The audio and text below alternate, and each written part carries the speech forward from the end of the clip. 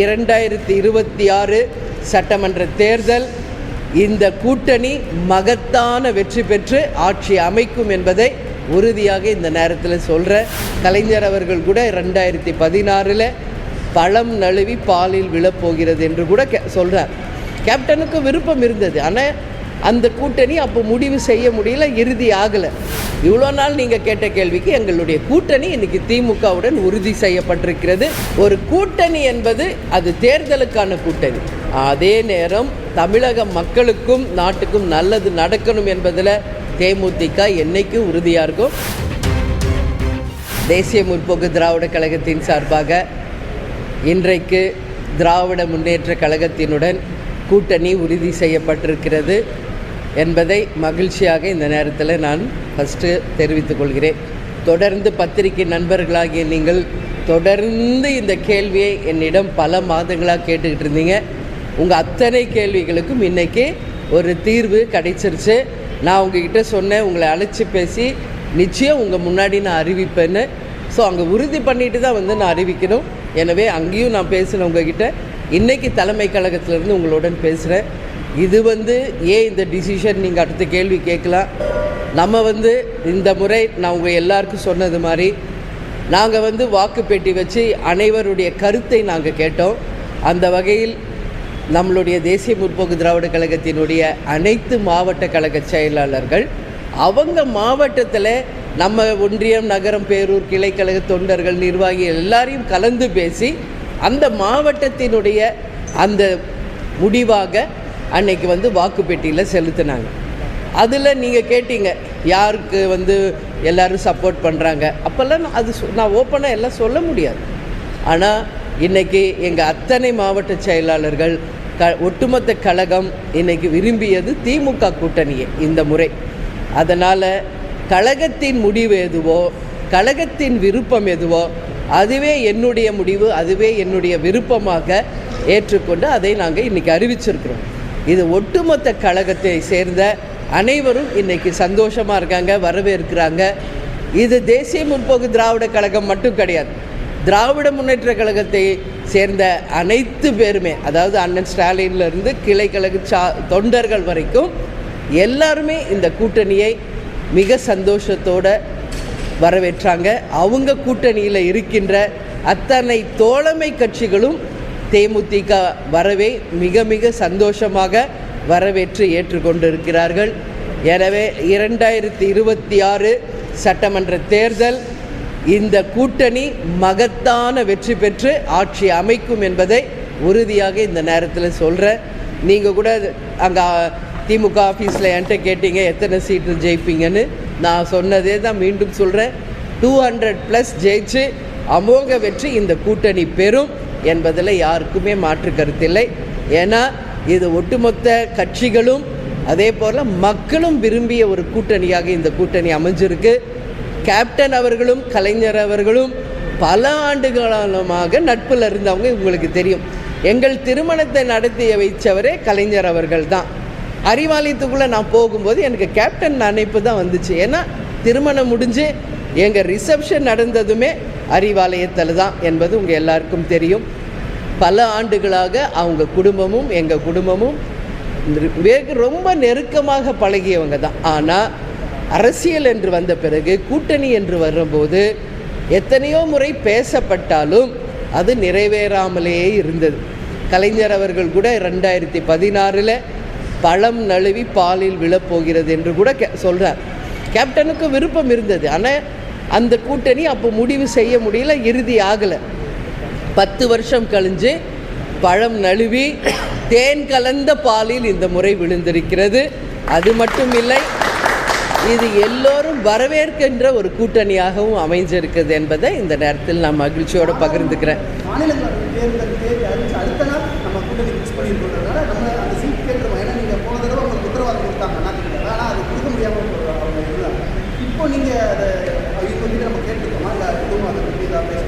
ஒரு கட்சிக்கு என்னெல்லாம் இருக்கோ எல்லாமே தான் பேசுவோம், அதில் எந்த மாற்று கருத்தும் இல்லை. அதை நான் இப்போ அறிவிக்கிறத விட கூட்டணி தலைமையில் இருக்கும் முதலமைச்சர் அண்ணன் ஸ்டாலின் அவர்கள் அறிவித்தால் தான் அது முறையாக இருக்கும். இப்போ நம்ம குழு அமைக்க போகிறோம். ஏன்னா அவங்க கூட்டணியிலையும் பல்வேறு கட்சிகள் இருக்குது, அவங்களும் குழு அமைச்சு, தேமுதிக சார்பாகவும் குழு அமைத்து எல்லாரும் கலந்து பேசி யார் யாருக்கு எந்த தொகுதிகள் என்பதையும் தெளிவாக டிசைட் பண்ண பிறகு இந்த கூட்டணியின் தலைமையில் இருக்கும் திமுகவின் தலைமை இருக்கும் அண்ணன் ஸ்டாலின் அவர்கள் இதை அறிவிப்பார் என்பதை நான் தெரிவிச்சுக்கிறேன். அது வரைக்கும் நீங்கள் கேள்வி திருப்பி திருப்பி கேட்டாலும் என்னோடய பதில் அதுதான். ஏன்னா அதுதான் நியாயம், தர்மம். ஒரு கூட்டணியின் தலைமை தான் அதை அறிவிக்கணும். இவ்வளோ நாள் நீங்கள் கேட்ட கேள்விக்கு எங்களுடைய கூட்டணி இன்றைக்கி திமுகவுடன் உறுதி செய்யப்பட்டிருக்கிறது. இந்தியா கூட்டணியில் தேமுதிக எங்களை இன்னைக்கு கூட்டணியில் அவங்களோட நாங்கள் இணைந்திருக்கிறோம் என்பதை தெரிவித்தோம். கூட்டணி குறித்து பேசும்போதே தொகுதியோட எண்ணிக்கை எவ்வளவு நம்ம சொல்லியிருக்கோம், தொகுதி அடையாளப்படுத்த எண்ணிக்கை உறுதி செஞ்சிருக்கோமா, எவ்வளவு எண்ணிக்கை எல்லாமே பேசப்பட்டிருக்கிறது. அதை நான் அறிவிப்பதை விட அண்ணன் ஸ்டாலின் அவர்கள் அறிவித்தால் தான் அது முறையாக இருக்கும்.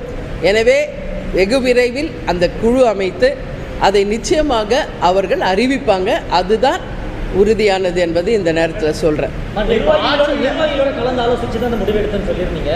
இத்தனை ஆண்டு காலம் நம்ம திமுகவை பல கட்டங்களில் நம்ம விமர்சனம் பண்ணியிருக்கிறோம். இப்போ நிர்வாகிகள் இப்போ சம்மதிச்சாலும் கூட கடைக்கோடியில் இருக்க தொண்டர்களுடைய மனநிலை என்னவா இருக்கும்? அவங்க இப்போ ஒன்று சேர்ந்து இப்போ களத்தில் நிற்கும் போது அது எப்படி இருக்கும்? இல்லை, நான் என்ன சொல்கிறேன், இது ஒட்டுமொத்த தேமுதிகவின் விருப்பம் தான் என்னுடைய விருப்பமாக இன்றைக்கி நான் அறிவிச்சிருக்கிறது. தேமுதிக ஒட்டுமொத்த விருப்பம் இதுதான்.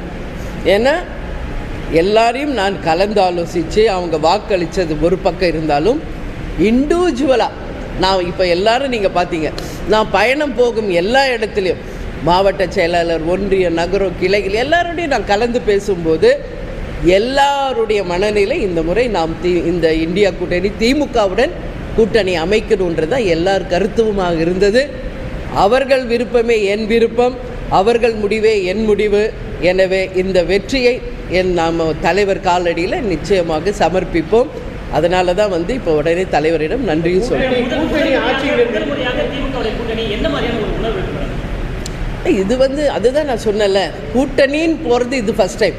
ஆனால் குடும்பமாக நாங்கள் பழகினது அதிகமாக யார் கூடனா அவங்க கூட தான். கலைஞர் ஐயா குடும்பத்தோடு தான் எங்களுடைய நட்பு பல வருஷமாக இருந்தது. கேப்டனுக்கும் அவருக்குமான நட்பு உலகம் அறிஞ்சது. அவர் ஒரு நிமிஷம் ஃபோன் அடித்து அடுத்த நிமிஷம் அவர் லைனில் வருவார். அவ்வளோ ஒரு நட்பு. விஜய் தான் கூப்பிடுவார். கலைஞர் இறந்தபோது கேப்டன் அழுதது, அன்றைக்கி ஃபுல்லாக அவர் சாப்பிடாமல் இருந்தது. அமெரிக்காவிலேருந்து வந்தாலும் உடம்பு சரியில்லைனாலும் நேரடியாக கலைஞருடைய அந்த நினைவகத்திற்கு சென்று அவங்களுக்கு அஞ்சலி செலுத்தியது எல்லாமே அந்த உள்ளுணர்வு, அந்த அன்பு, பாசம் அவர் மேலே வச்சதன் வெளிப்பாடு தான் அது. ஆனால் ஒரு அரசியல் வந்த பிறகு கூட்டணி என்பது அது அமையாமையே போயிடுச்சு. அது என்னன்னு எனக்கு பதில் இப்போ சொல்ல தெரியல. ஒவ்வொரு முறையும் ட்ரை பண்ணாங்க, ஆனால் அமையலை. ஆனால் இன்றைக்கி கேப்டனும் இல்லை, கலைஞர் ஐயாவும் இல்லை. இப்போது அவங்க 2 பேருமாக சேர்ந்து இந்த கூட்டணியை அவங்க ஆசீர்வாதத்தோடு இதை உறுதி செய்திருக்காங்க. நிச்சயம் இந்த கூட்டணி மகத்தான வெற்றி பெறும். இருக்கிறதோ அதை நீங்கள் விமர்சிக்க தயங்கவே கிடையாது. இப்போ நீங்கள் கூட்டணியில் இருக்கிறீங்க, குறைஞ்சபட்சம் தோழமை சுட்டதெல்லாம் இனி இருக்குங்களா? நிச்சயமாக. இங்கே பாருங்கள், இன்றைக்கி தான் கூட்டணி உறுதியாயிருக்கு. இனி அடுத்த கட்டம் இன்னும் நிறைய விஷயங்கள் இருக்குது. ஆட்சி அமைக்க வேண்டும். அதற்கு பிறகு நிச்சயமாக மக்களுக்கும் நாட்டுக்கும் நிச்சயம் நல்லது நடக்கணுன்றதுல மாற்று கருத்தில்லை. ஒரு கூட்டணி என்பது அது தேர்தலுக்கான கூட்டணி. அதே நேரம் தமிழக மக்களுக்கும் நாட்டுக்கும் நல்லது நடக்கணும் என்பதில் தேமுதிக என்றைக்கும் உறுதியாக இருக்கும். நிச்சயமாக இன்றைக்கி நாங்கள் கூட்டணியில் இருக்கோம். உறுதியாக அதை பேசி அண்ணன் ஸ்டாலினிடம் அதை நிச்சயம் நிறைவேற்றுவோம் என்ற நம்பிக்கை எனக்கு இருக்கு. கூட்டணி ஆட்சி இருந்தால் தமிழ்நாட்டில் நல்லா இருக்கும் அப்படின்னு. ஆமாங்க, கூட்டணி ஆட்சி வாய்ப்பே இல்லை, மாநில சுயாட்சி தான் சொல்லி முதலமைச்சர் சட்டசபையிலே பேசியிருக்காங்க. ஆமாங்க, அதுக்கு வாய்ப்பு இல்லைன்னு காங்கிரஸ் சபையிலே பேசுகிறாங்க. அந்த நிலைப்பாட்டில் எப்படி இருக்கு? இதுதான் நான் ஆரம்பத்துலேருந்தே சொன்னது தான். அப்படி அமைந்தால் மக்களுக்கும் நாட்டுக்கும் நல்லது என்று என் கருத்தை தொடர்ந்து சொன்னேன். அது நான் இப்பயும் அதில் நான் ஸ்ட்ராங்காக இருக்கேன். பட் இது இன்றைக்கி நம்ம டிசைட் பண்ணி சொல்ல முடியாது. எலெக்ஷன் முடியணும், ரிசல்ட் வரணும். அதற்கு பிறகு தான் யார் எவ்வளோ சீட்டு ஜெயிச்சிருக்காங்க என்ன என்பது தெரியும். மக்கள் தீர்ப்பு தான் மகேசன் தீர்ப்பு. எனவே அதற்கு பிறகு முடிவெடுக்க வேண்டிய விஷயம். அதனால் இப்போ அதை பற்றி பேசுகிறது கண்டிப்பாக. போன வாட்டி நான் தேர்தலில் போட்டிகிட்ருக்கேன், உங்களுக்கு தெரியும். கேப்டன் போட்டிகிட்ருக்கார், விஜய் பிரபாகர் போட்டிகிட்ருக்கார், இங்கே இருக்கிற எல்லாரும் போட்டிகிட்ருக்காங்க. அதனால் அதில் மாற்று கருத்து ஒன்றும் இல்லையே. எல்லாம் அதுதான் இல்லைப்பா, அதுதான் நான் சொல்கிறேன். ஒரு கட்சி இல்லைங்க, ஒரு கட்சி என்றால் என்னெல்லாம் நான் எங்கள் கட்சியின் நலனுக்காக, எங்கள் கட்சியின் எதிர்காலத்திற்காக நாங்கள் என்னென்ன பேசணுமோ எல்லாம் பேசியிருக்கோம். அந்த அறிவிப்பு அவங்க மூலம் வரட்டும் தான் நான் சொல்கிறேன். இல்லை, நான் தான் முதல்ல இருந்தே சொல்கிறேன்ல, எல்லாருமே எங்களுடைய தோழமை கட்சிகள் தான். ஈஷாவுக்கு நான் சாமி கும்பிட போனால் நீங்கள் தான் அதை பெருசு பண்ணுறீங்க. ஒருத்தர்கிட்ட ஏர்போர்ட்டில் சந்திச்சா பெருசு பண்ணுறீங்க. தப்பாக நீங்கள் நியூஸ் போட்டு யூடியூப்லேயும் தவறான செய்திகளை போட்டதுனால தான் அது மக்கள்கிட்ட ஒரு குழப்பத்தை ஏற்படுத்து. நாங்கள் தெளிவாக இருக்கோம் எங்கள் டிசிஷனில். நான் ஒவ்வொரு முறையும் உங்ககிட்ட சொல்கிறேன், உரிய நேரம் வரட்டும், அந்த அதிகாரப்பூர்வமாக உங்களுக்கு அறிவிக்கிறேன்னு நான் சொன்னேன். பட்டு நீங்கள் அது பொறுமை காக்காமல் உங்கள் மைண்டில் தோன்றதெல்லாம், உங்கள் கற்பனைக்கு தோன்றதெல்லாம் நீங்கள் நியூஸாக க்ரியேட் பண்ணி போட்டு அத்தனை பேருக்கும் குழப்பத்தை உருவாக்கியது நம்மளுடைய சேனல்ஸும் யூடியூப்ஸும் தான். தேமுதிக கிடையாது. இப்போ எல்லாமே கிளியர் ஆகிருக்கும். அதனால் ஏசியங்களுக்கும் கற்பனைகளும் யாரெல்லாம் பேசுனீங்களோ எல்லாருக்குமான பதில் இன்னைக்கு நான் சொல்லியிருக்கேன். எதுங்க களத்தில் உங்களுடைய விருப்பம் தொகுதிகள் கேட்பீங்க? இல்லை, அதெல்லாம் எங்கள் 234 தொகுதியும் தான் தேமுதிகவின் களம். சரிங்களா, வெயிட் பண்ணுங்க, எல்லாமே உங்களுக்கு நாங்கள் அறிவிப்போம். இல்லை, ஏற்றுக்காததுன்னு கிடையாது. இல்லை, 2014 இருந்து என்டிஏ கூட்டணியில் தான் நாங்கள் இருந்தோம். உங்களுக்கு தெரியும், 2011 கேப்டன் அவர்கள் முதல் முறை கூட்டணி அமைச்சது அதிமுகவுடன் தான்.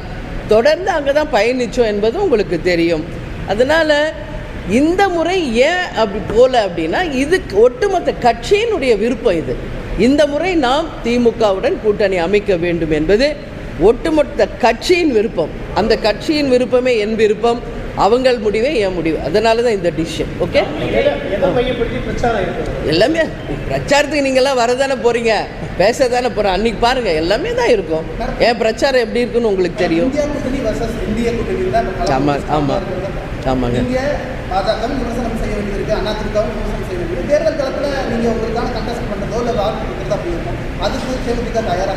நாங்கள் எப்போவுமே மக்கள் பிரச்சனையை தைரியமாக எடுத்துரைப்பதில் என்றைக்குமே தயக்கம் காட்டியது கிடையாது. அது உங்கள் எல்லாருக்கும் தெரியும். கேப்டனாக இருந்தாலும் நானாக இருந்தாலும் தமிழ்நாட்டுக்கு மக்களுக்கும் நல்லதென்றால் அதை முதலில் வரவேற்பது நாங்கள். தவறு நடந்தால் சுட்டி காட்டுவது நாங்கள் தான். ஆனால் நீங்கள் தான் அதை மேனிப்புலேட் பண்ணுறீங்க. ஒரு கட்சி நல்லது பண்ணால் நாங்கள் சொன்னால், ஓ இவங்க கூட கூட்டணி போடுறாங்க அப்படிங்கிறீங்க.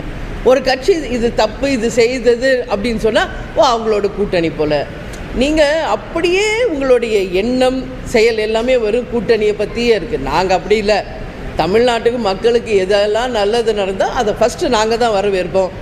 எதெல்லாம் இன்றைக்கி நடக்கலை, இதெல்லாம் இருந்தால் தமிழ்நாட்டுக்கு நல்லதுன்னா அதை நாங்கள் கட்டாயம் சுட்டி காட்டுவோம். அதில் எந்த மாற்று கருத்து என்றைக்கும் கிடையாது. ஓகேவா, நன்றி.